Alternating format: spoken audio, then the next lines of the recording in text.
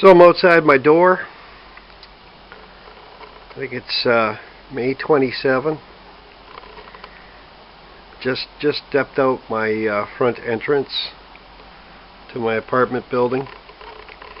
Maybe, I don't know if I should bother using the zoom on this at all. I don't know. Anyway, it says we're recording. Another reason why I make these walkabouts is because I talk to a lot of people online, and I get into a lot of meaningful discussions with these people. And as time goes on, I find more and more I just don't have time, you know. I have a growing family again, and my family has demands, and especially towards summer months, you know, and that's where I'm heading now. I just will have less and less time. And so when I do these walkabouts, I can share these things online and address certain things that have been brought up to me. And you know, I know that some sort of reply is expected. And I have online friends, people whom I never met in person, but have very high regard for it because of the thoughts that they share. And I value people's thoughts. I value what people think. Likewise, I hope that they value my thoughts as well. But I don't like disregarding them. I think sometimes people probably feel like I am snubbing them. I'm really not. It's just that I've been so busy, and lately with my health problems and trying, you know, to tend to a 1-year-old, a 3-year-old, and a 5-year-old is a little difficult in a single mother household. Isn't that interesting? Adds a whole different definition to single mother type of thing. I mean that in that there's only one mother in the household. You know, can you believe that there was a time when they would have thought of that as poverty? There are cultures, you know, where what? Only one wife? Do you mean that man only has one wife? Oh, they're poor people. You see what I mean? Because a man's wealth, even today in many cultures, isn't determined by how much money he has in the bank, but by how many wives he has, how many children he has, and livestock. You see, we don't do it that way anymore. It's determined by how much paper, how fat your wallet is.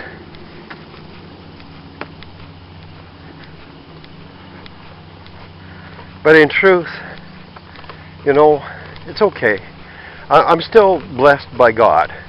I'm still grateful for what God has given me. But I have to admit, you know, yeah, I think I'll take this way again. So many times Rachel says to me, it sure would be nice if we did have a co-wife in the house, you know, Edward. And I feel bad.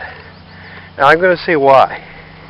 You see, this is very difficult for me to talk about, but Rachel entered a relationship with me with the idea that there would be a co-wife in the family. She really did. And I had the same idea, but it didn't work out that way. Okay, so we're going to try this again here. And because my batteries went, and I had to walk back home and get some batteries. The day is so nice, I didn't mind the walk back home. Yeah, the weather is so good that it didn't bother me to walk back. I just thought, it's funny, the time is of the essence, but when the weather's this nice, you just got to slow down and drink it in and just really appreciate it for what it is.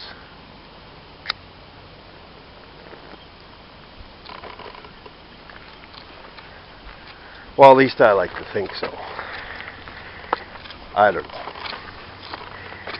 Maybe I'm getting a little overly romantic about things or whatever. They sentimental, or pick a euphemism.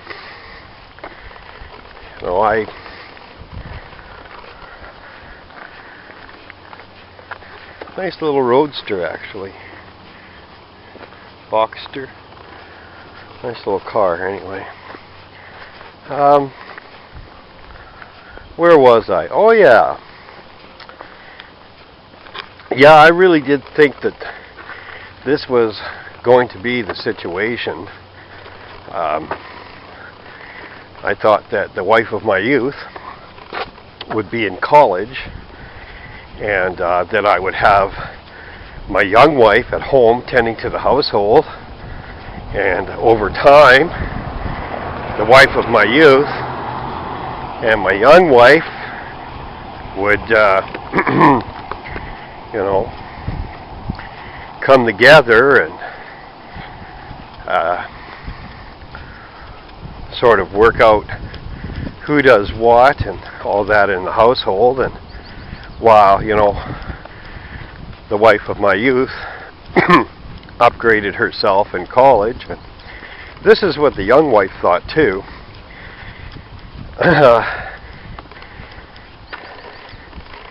Well, some neo-feminists got in that mixed bag of tricks and totally disrupted everything. But it's true, in many cultures today still, in the world, if you have only one wife, well, either you're just getting started, or you're very poor, maybe even a bad man, in that culture.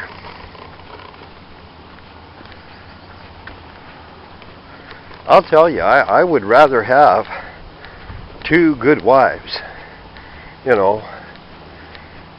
a significant amount of income and no wife at all. A helpmeet is a very good thing to have, and I take credence in the Bible, as many of you know. I stand by what the Bible says. And God said in the book of Genesis, it's not good that man should be alone. Look at that. The lilacs are starting to blossom now. This is good. And God made the woman for the man. Please note that God did not make the Adam for the woman, but the woman for the man. That's something that's often forgotten in so-called Christian circles in this age of neo-feminism. And oh, this is so beautiful here. I wonder which way I should walk. Let's see if I can do this more earthy walk. I'm going to attempt it. We've had a lot of rain, so I'm reluctant to try it, but it's nice and cool in the shade here. Yeah, so I got to talking here with a friend of mine, someone I have a lot of regard for. And yeah, that's what I thought. Lots of mud here, see. He had to leave his woman. Now, I really, really, really hate to see a man leave his wife, all right? Wife, consort, concubine, whatever you want to call her, okay? In the English language, traditionally, she is still a wife, okay? Euphemisms aside, she is still a wife. Now, you know, what her status as a wife might be, you know, whether she is a wife with concubine status, whether she is a wife in, you know, a childbearing status, whether she is a legal wife, you know, with a script, all right, legal heir, any of these things, all right, I don't care, you know, pick a label. She's still a wife. I found that out once when I was reading the Bible about a certain concubine of one of the patriarchs. In one verse, she is referred to as his concubine, but in another place, the same person is referred to as his wife. So, there it is. You know, I believe all concubines are wives, but not all wives are concubines. And that's my take on it. Anyway, getting back to it here. He had to leave his woman. And I was curious as to what his reason might be. Because under the new covenant, and there is a new covenant. I know you're not going to find New Testament, they say, in the Bible. But there is certainly a new covenant. And that's with Jesus. Now some want to change his name to Yahushua or Yahushua and all sorts of derivations here. The joke's on them. I speak English. His name is Jesus. If I spoke Hebrew, I imagine I'd be calling him Yeshua. You know, but I don't. I speak English. You know, if you're going to talk to me in Hebrew, and every word that comes out of your mouth is Hebrew, then I have to respect the fact that you call him Yeshua. All right? But if you're going to mix Hebrew and English together, give it a break. You know, in the English language, his name is Jesus. But I digress. Okay. And I'm sure God is not so simple that he doesn't know who we're talking about here when we refer to the Messiah. Oh, that's another English word, by the way. Messiah. Okay. Anyway, I digress again. So, you know, I was concerned because I didn't want my brother to bring a curse on his head by leaving his woman. Because I'll guarantee you that when you do this, men,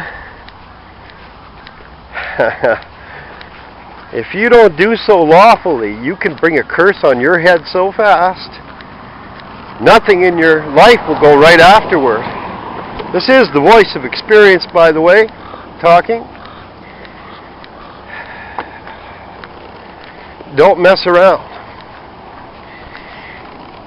He had to leave. You know, and his concern was, well, you know, she didn't keep the house clean. You know, I can't go for that. And she didn't accept, you know, me as being the boss and all this sort of thing. Well, under the new covenant, Jesus made it very clear that there was only one lawful cause for divorcement, okay, for the putting away of a spouse. Now, God hates putting away. And you know what? So do I. And so, I listened to him. I heard him out. I got a little tap on the shoulder. See, a woman who does not want to clean, that's already an indication that something's wrong, okay? If she doesn't want to keep the household clean, or she doesn't want the household to be clean, that's an indication there's something wrong. It's also an indication that that woman may have an unclean spirit. An unclean spirit. Now, if you're a follower of the Torah, okay, in the Holy Bible, it says that if a man find some uncleanness in her, that he may put her away with a bill of divorcement. The husbandman must write it out himself and put it in her hand and send her out of the house. By the way, he keeps the kids, he keeps the children, all right? They're not slaves, all right? They're not the property of Mr. Pimp Incorporated. They're the property, the progeny of the father, until which time they come of age. But I digress again. That's the Bible way, people. Anyway, now Jesus said in the New Testament, just prior to the establishment of the new covenant, except it be for fornication. Now I know a lot of people are attacking the words of Christ here. He made an exception. There is a lawful cause to divorce, okay? It's called fornication. Now what is fornication? Again, fornication is uncleanness. And here's how the tap on the shoulder came to me. When he was kind of mentioning, well, implying, he said it a few times, but I knew what he was getting at. A woman, how do I put this diplomatically, she's slept with or, done the deed with like dozens of guys, or even a dozen, I don't care. Multiple women, the woman was not made for that, to open her legs for Tom, Dick, and Harry, okay? A woman was not made for that purpose, to that end, ever. And what it does is it renders her unclean, okay? It's a dirty frequency. Her body cannot vibrate on a clean frequency because it's compromised. Okay, for your New Agers out there, maybe that might help you to understand things a little better. The whole thing about effective marriage and spirituality is something called integrity. And her flesh, every time she shares herself with another man, she compromises that integrity, all right? The integrity of her flesh. And there's a relationship between the spiritual and the material. We need to understand, what moves a woman to do such things. And it's usually an unclean spirit, okay? And if she keeps playing with that unclean spirit long enough, she also becomes diseased. That means dis-ease, not at ease, diseased in the flesh. Yes, there it is. Okay, I'm going to turn this off for now and we'll get into it later. Alright, well, we're rolling. I had to check for my keys there. I was worried that I'd forgotten them at home, but no, I have them. I also have to go to the bank, do some business there. See if the treaty money is in, as my father calls it, the treaty money. It's kind of funny. It's all funny money, really, when you think about it.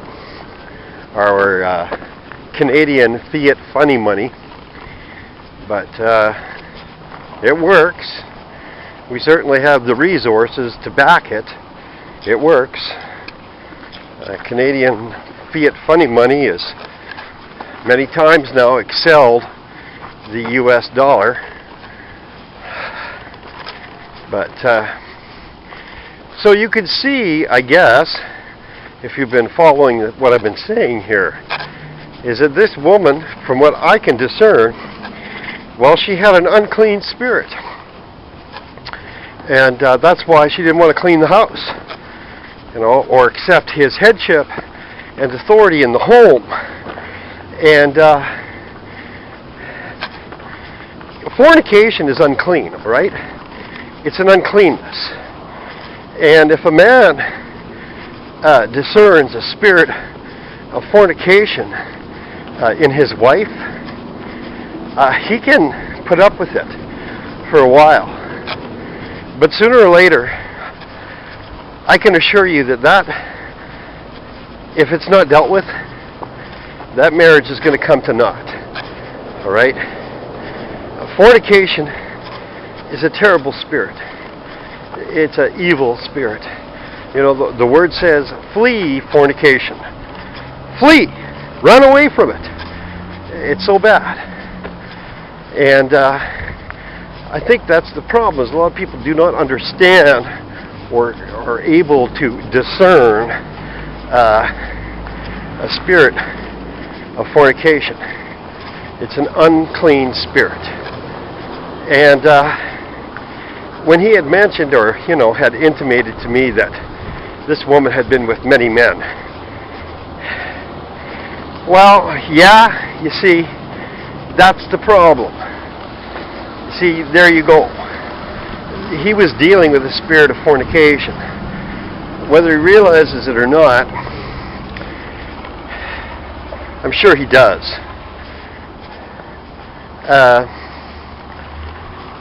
He had a lawful cause. Because Jesus says, except for the cause, and another place, saving for the cause of fornication. Okay? There it is. Okay. There's the ranger station. I heard that they're shutting down the ranger station. Now, I don't know if that's true or not. It's too bad if they are. Seems a shame. But maybe, it's for the best. I don't know. Can't really say. I mean, the lakes near town don't have the trophy fish they used to have, so I guess it's not necessary anymore. But yeah, boy, the mosquitoes are bad.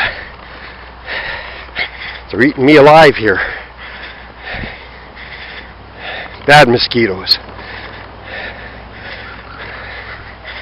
But I wanted to talk a little bit more about my friend. The one who was sort of forced to leave his woman. When he intimated that to me, that she had been with so many other men, you see, that's a risk. That's a gamble. I'd like young men to listen about this. Young man, if you're listening, I'm going uphill here, the steepest hill, the steepest one. I don't know, I always pick the steepest one, it seems. Young man, if you're listening,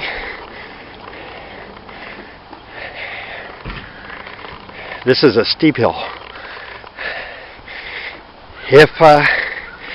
If you do decide to marry, okay, and this goes with saying that you understand what marriage is, okay? If you don't, then check out my other videos. because you do need to understand that a marriage is not rings, vows, and paper writ. No. First of all, the verb to marry, that is the act of consummation. The verb, marry, okay? So marriage is the act of consummating your union, all right? Do I need to get graphic about this? That's marriage. That is the act of marriage. Okay, now the noun, a marriage.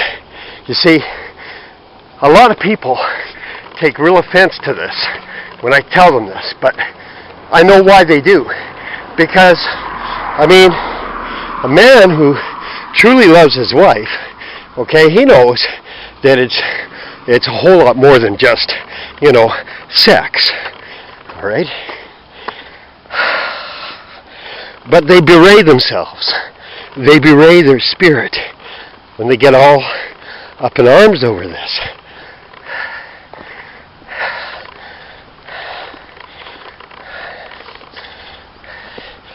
See, they have what is called a marriage.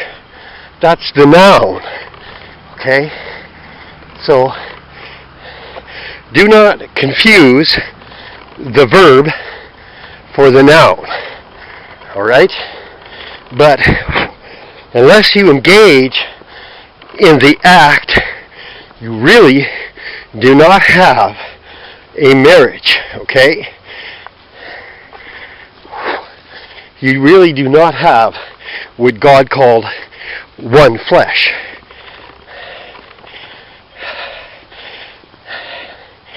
So here it is, young man.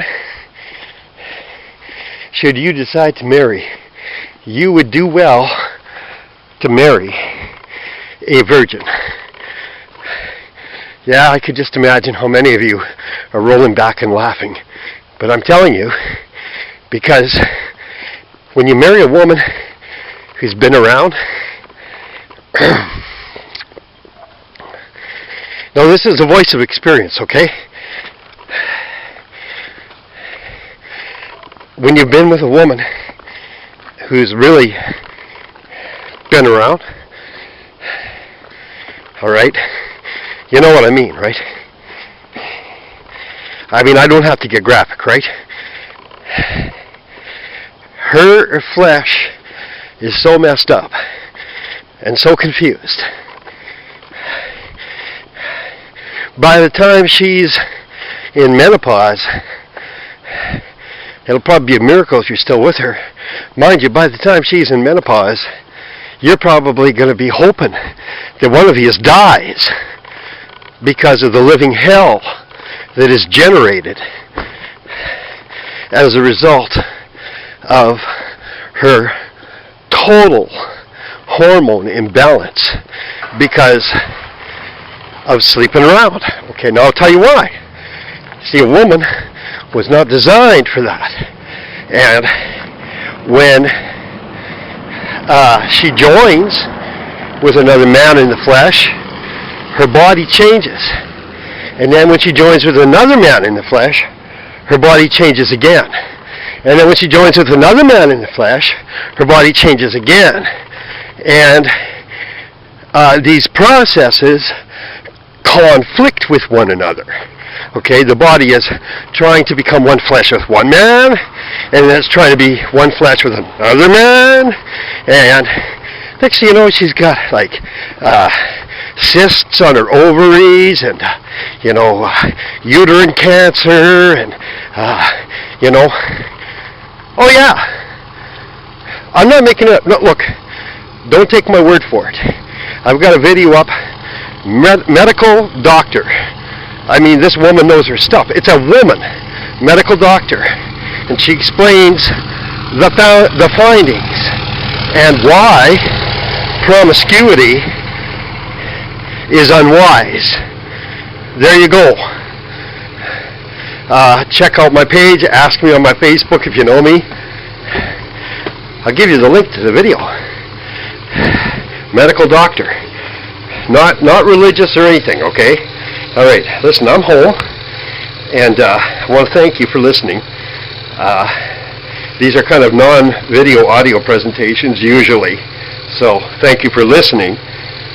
And yeah, well, God bless you.